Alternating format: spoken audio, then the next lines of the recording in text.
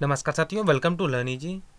आधुनिक भारतीय इतिहास श्रृंखला के अंतर्गत आज के इस वीडियो में हम बात करेंगे तृतीय आंग्ल मैसूर युद्ध और चतुर्थ आंग्ल मैसूर युद्ध की। इसके पहले का जो वीडियो था उसमें हमने बात की थी किस तरह से भारत में हैदर अली का उदय हुआ और उसने अंग्रेजों के विरुद्ध प्रथम और द्वितीय आंग्ल मैसूर युद्ध लड़े।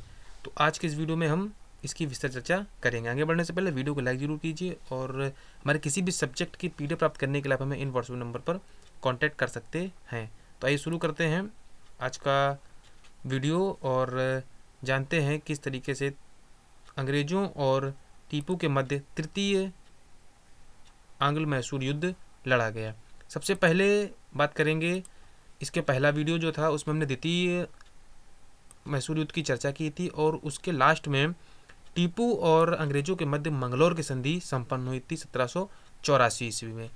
इस जो संधि थी इसमें टीपू और मद्रास के जो अंग्रेज गवर्नर थे जॉर्ज मैकॉर्टनी, तो इनके मध्य ये संधि हुई थी। तो मंगलौर संधि किसके मध्य हुई? टीपू और जॉर्ज मैकॉर्टनी के मध्य हुई और इसको मंगलौर संधि के नाम से जाना जाता है। इसकी जो शर्तें थी वो ये थी कि दोनों पक्षों ने एक दूसरे के विजित प्रदेशों को वापस कर दिया और युद्ध बंदियों को भी मुक्त कर दिया। इसके अलावा अंग्रेजों ने मैसूर के साथ मैत्रीपूर्ण व्यवहार करने और संकट के समय मैसूर की सहायता करने का भी आश्वासन दिया। लेकिन जो गवर्नर था वॉरेन हेस्टिंग, जो बंगाल का गवर्नर था उस समय वॉरेन हेस्टिंग, उसने संधि की शर्तों को बिल्कुल भी पसंद नहीं किया और इस संधि से टीपू सुल्तान और मैसूर राज्य की प्रतिष्ठा में वृद्धि हुई और अंग्रेजों की जो प्रतिष्ठा थी उसको इसमें जो है ठेस पहुंची। तो इस वजह से वॉरेन हेस्टिंग जो था इन संधि शर्तों से बिल्कुल भी खुश नहीं था। इसके अलावा कुछ और भी महत्वपूर्ण कारण थे जिनसे तृतीय आंग्ल मैसूर युद्ध जो था वो लड़ा गया। तृतीय आंग्ल मैसूर युद्ध 1790 से 1792 ईस्वी के मध्य लड़ा गया। मंगलौर की संधि के अनुसार जो ट्रवनकोर राज्य था वो अंग्रेजों के संरक्षण में था। अंग्रेज ऐसा मानते थे कि जो ट्रवनकोर राज्य है वो अंग्रेजों के संरक्षण में है और उसके राजा ने डचों से 2 सीमांत नगर खरीदे थे। डचों के कुछ बसाए हुए नगर थे जिनको ट्रवनकोर के राजा ने खरीदे थे, लेकिन टीपू का यह मत था कि ये नगर जो है वो कोचीन राज्य के अधीन है और जो कि टीपू का संरक्षित राज्य है। तो दोनों लोगों में ये मतभेद हुआ कि वो जो नगर हैं वो उनके क्षेत्र में आते हैं और टीपू का कहना था कि ये उनके क्षेत्र के हैं और इसको बेचने का उनको कोई अधिकार नहीं है। तो इस वजह से या यूं कहें विचारों में मतभेद होने के कारण तृतीय आंग्ल मैसूर युद्ध जो है लड़ा गया। इसके बाद क्या हुआ, उसने ट्रवनकोर के राजा से उन्हें तत्काल वापस करने की मांग की। जो नगर ट्रवनकोर के राजा ने खरीदे थे वो उसने उनसे वापस करने की मांग की, लेकिन ट्रवनकोर के राजा ने इस मांग को ठुकरा दिया। इसके अलावा ट्रवनकोर ने मैसूर के कुछ अपराधियों को भी अपने यहाँ शरण दे रखी थी, अतः टीपू ने ट्रवनकोर पर आक्रमण कर दिया। तो ये कुछ कारण थे जिसके कारण तीसरा मैसूर युद्ध हुआ। तो टीपू ने ट्रवनकोर पर अधिक आक्रमण किया, लेकिन जो ट्रवनकोर था वो अंग्रेजों का मित्र था। इस वजह से ट्रवनकोर की तरफ से अंग्रेजों ने टीपू के विरुद्ध युद्ध की घोषणा कर दी और उस समय जो सेनापति था वो कॉर्नवालिस था। तो कॉर्नवालिस के नेतृत्व में टीपू के विरुद्ध युद्ध की घोषणा की गई। इस बार भी अंग्रेजों ने मराठों और निजामों से मैत्री संधि कर ली थी। तो इस तरीके से जो अंग्रेज थे वो 3 सेनाओं को साथ में ले करके उन्होंने टीपू पर आक्रमण किया, क्योंकि निजामों और मराठों दोनों ने सैनिक सहायता करने का वायदा किया था। 1790 में जनरल मीडोज के नेतृत्व में अंग्रेजी सेना ने मैसूर पर आक्रमण किया जो कि असफल हुआ। जनरल मीडोज ने मैसूर पर आक्रमण किया लेकिन जनरल मीडोज जो थे उनका आक्रमण असफल हुआ। इसके बाद स्वयं कॉर्नवालिस ने सैन्य संचालन अपने हाथों में लिया और मैसूर की राजधानी श्रीरंगपट्टम की ओर बढ़ा। मई 1991 में एक भीषण युद्ध हुआ जिसमें टीपू को हार का सामना करना पड़ा। कॉर्नवालिस ने टीपू को हरा दिया, लेकिन युद्ध सामग्री के अभाव में कॉर्नवालिस को पीछे हटना पड़ा। तो इस तरीके से जो श्रीरंगपट्टम था, था उस पर अंग्रेज़ों ने आक्रमण किया और उसको जीता भी, लेकिन आगे युद्ध लड़ने के लिए उनके पास युद्ध सामग्री नहीं थी, इस वजह से वो पीछे हटे। लेकिन बाद में जनवरी 1792 ईस्वी में अंग्रेजों ने निजामों और मराठों की संयुक्त सेना के साथ श्रीरंगपट्टम पर दूसरी बार आक्रमण किया। इस बार अंग्रेजों ने निजाम और मराठा दोनों सेनाओं का साथ लिया और श्रीरंगपट्टम पर दूसरी बार आक्रमण किया। चूँकि पहले आक्रमण में टीपू की हार हो चुकी थी, इस वजह से टीपू की जो शक्ति थी वो कमज़ोर हो गई थी। तो इस वजह से जो इन्होंने तीनों सेनाओं ने मिलकर आक्रमण किया तो नगर के बाहरी भागों पर इन्होंने अधिकार कर लिया। अंत में टीपू ने आत्मसमर्पण कर दिया और दोनों पक्षों में 1792 ईस्वी में श्रीरंगपट्टम की संधि हुई। तो तृतीय आंग्ल मैसूर युद्ध में जो संधि हुई उसको श्रीरंगपट्टम की संधि के नाम से जाना जाता है और 1792 ईस्वी में हुई। इस संधि के अनुसार टीपू को उस समय 3 करोड़ रुपए युद्ध हर्जाना और अपना आधा राज्य अंग्रेजों को देना पड़ा था।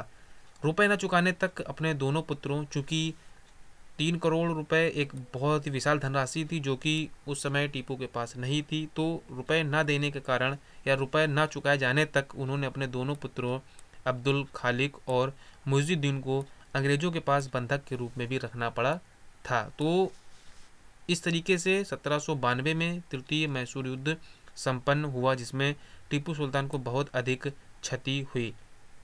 हालांकि जो इतिहासकार मानते हैं कि टीपू की जो ये पराजय थी इसका मुख्य कारण जो था वो देशी राज्यों का असहयोग था। जो भी इनके पड़ोसी देशी राज्य थे उन्होंने टीपू की कोई सहायता नहीं की, जबकि उन्होंने क्षणिक लालच के कारण अंग्रेजों का साथ दिया। यदि निजाम और मराठों ने अंग्रेजों का साथ न दिया होता तो टीपू की सेना के समक्ष जो थे वो अंग्रेज नहीं ठहरते। चूँकि अंग्रेज जो थे वो निजाम, मराठा और टीपू यदि तीनों सेना मिल जाती तो इनका सामना नहीं कर सकते थे, लेकिन ऐसा नहीं हुआ। निजामों और मराठों ने अंग्रेजों का ही साथ दिया। अब बात करेंगे हम चतुर्थ आंग्ल मैसूर युद्ध जो कि 1799 ईस्वी में हुआ। 1792 के बाद जो युद्ध हुआ उसमें कॉर्नवालिस ने टीपू को पराजित करके उसकी शक्ति को काफ़ी क्षीण कर दिया था, लेकिन जो टीपू था वो बहुत ही महत्वाकांक्षी व्यक्ति था। वो हताश नहीं हुआ, उसने शीघ्र अपनी शक्ति को पुनः संगठित करना प्रारंभ किया और अपनी शक्ति को सुसंगठित करने के ही क्रम में उसने अनेक देशों के साथ अपने राजनीतिक संबंध स्थापित किए, जिसमें काबुल, फारस, अरब और मॉरिशस में उसने अपने राजदूत भी भेजे। इन सभी देशों में जो मॉरिशस के फ्रांसीसी गवर्नर थे उन्होंने टीपू को आश्वासन दिया और प्रोत्साहन भी दिया। इसके अलावा उनके कुछ फ्रांसीसी सैनिक टीपू की सेना में भी शामिल हुए। टीपू फ्रांसीसी प्रजातंत्र का सदस्य भी हो गया। तो इस तरीके से जो टीपू था उसने अपनी शक्ति को पुनः संगठित किया, जिसमें फ्रांस ने उसकी काफ़ी सहायता की। वेलेज़ली ने इन सभी चीज़ों को समझ करके ये समझा कि टीपू जो है वो अगले युद्ध की तैयारी कर रहा है, तो इस वजह से वेलेज़ली ने भी युद्ध की तैयारियां शुरू कर दी और इस बार निजामों मराठों ने भी अंग्रेज़ों का साथ दिया। इसके अलावा आर्थर वेलेज़ली जो कि उस समय के गवर्नर लॉर्ड वेलेज़ली का भाई था, इसके अलावा जनरल स्टुअर्ट और हैरिस, इन 3 सेनापतियों के नेतृत्व में फरवरी 1799 में युद्ध की घोषणा हुई। तो 1799 में चतुर्थ आंग्ल मैसूर युद्ध लड़ा गया, जिसमें अंग्रेजों का नेतृत्व आर्थर वेलेज़ली, जनरल स्टुअर्ट और हैरिस ने किया था। टीपू में बड़ी वीरता से सामना किया, परंतु सदासीर और मलाली नामक स्थान पर उसकी पराजय हुई। जब चतुर्थ आंग्ल मैसूर युद्ध शुरू हुआ तो टीपू ने बड़ी वीरता के साथ उनका सामना किया, परंतु सदासीर और मलाली ये 2 स्थान जो थे वहाँ पर उसकी पराजय हुई। इसके पश्चात अंग्रेजी सेना ने श्रीरंगपट्टम को घेर लिया और लास्ट में अपनी राजधानी की रक्षा करते हुए टीपू की मृत्यु हो गई। तो इस तरीके से जो अंग्रेजी, निजाम और मराठों की संयुक्त सेना ने श्रीरंगपट्टम पर आक्रमण करके टीपू को पूर्ण रूप से पराजित किया और युद्ध के दौरान ही टीपू की मृत्यु हो गई। मृत्यु के पश्चात मैसूर में मुस्लिम सत्ता का अंत हो गया।